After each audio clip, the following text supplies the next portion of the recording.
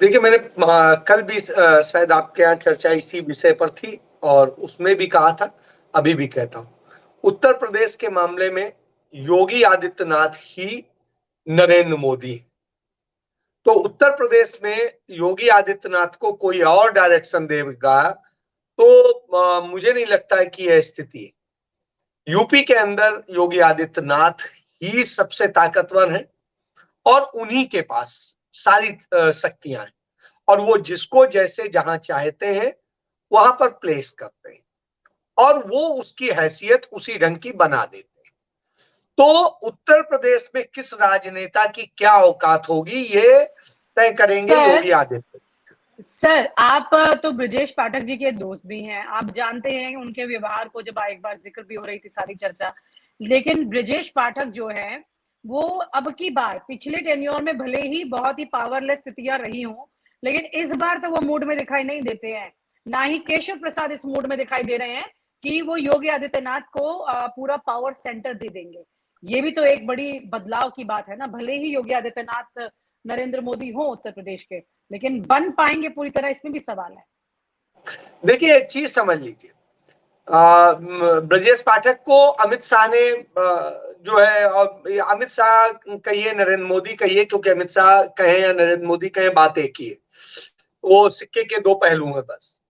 तो उनको उन्होंने डिप्टी सीएम बनाया है, लेकिन डिप्टी सीएम बनाने के बाद में उनकी हैसियत क्या है, विभाग क्या दिए गए और किस तरीके से उनके पास में स्थिति है कि वो खुद ही चिट्ठी लिख रहे हैं कि उनका जो एडिशनल चीफ सेक्रेटरी है वो उनकी नहीं सुन रहा है।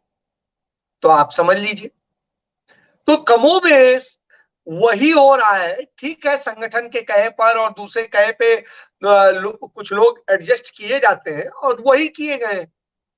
तो बाकी किसको काम करने देना है, नहीं करने देना है, या कैसे करने देना है, या क्या होगा, ये तो मुख्यमंत्री तय करेगा। मुख्यमंत्री के पास कोई विभाग हो या ना हो, वैसे मैं तो मानता हूं आइडियल ये है कि मुख्यमंत्री को अपने पास कोई विभाग रखना ही नहीं चाहिए, क्योंकि मुख्यमंत्री के रूप में वो सारी शक्तियां रखता है और सारी शक्तियां जो कैबिनेट में होती हैं और संविधान कहता है वो मुख्यमंत्री में ही समाहित होती है। मुख्यमंत्री अपने मंत्रियों में डेलीगेट करता है। तो आप ये समझिए कि कहीं ना कहीं ये है, और योगी आदित्यनाथ ने तो कोई ऐसी शक्तियां आपको डेलीगेट नहीं कर रखी हैं। उन्होंने आपको भले कैबिनेट मंत्री बना दिया हो, लेकिन क्या है कि ट्रांसफर का जो सेशन था कि हाँ इतने दिन 15 दिन का जो सेशन घोषित हुआ और उसमें कहा कि ऑनलाइन और ऐसे और ये सारी चीजें होंगी और उसके बाद ट्रांसफर होंगे। क्या आप बताइए, किसी भी मंत्री से आप पूछ लीजिए, क्या वो संतुष्ट है, वो कर पाया है? सारे तबादले उन अफसरों ने किए हैं और अंतिम स्वीकृति मुख्यमंत्री के यहां से ही हुई। लोगों को पता भी नहीं चला कहां क्या हो गया।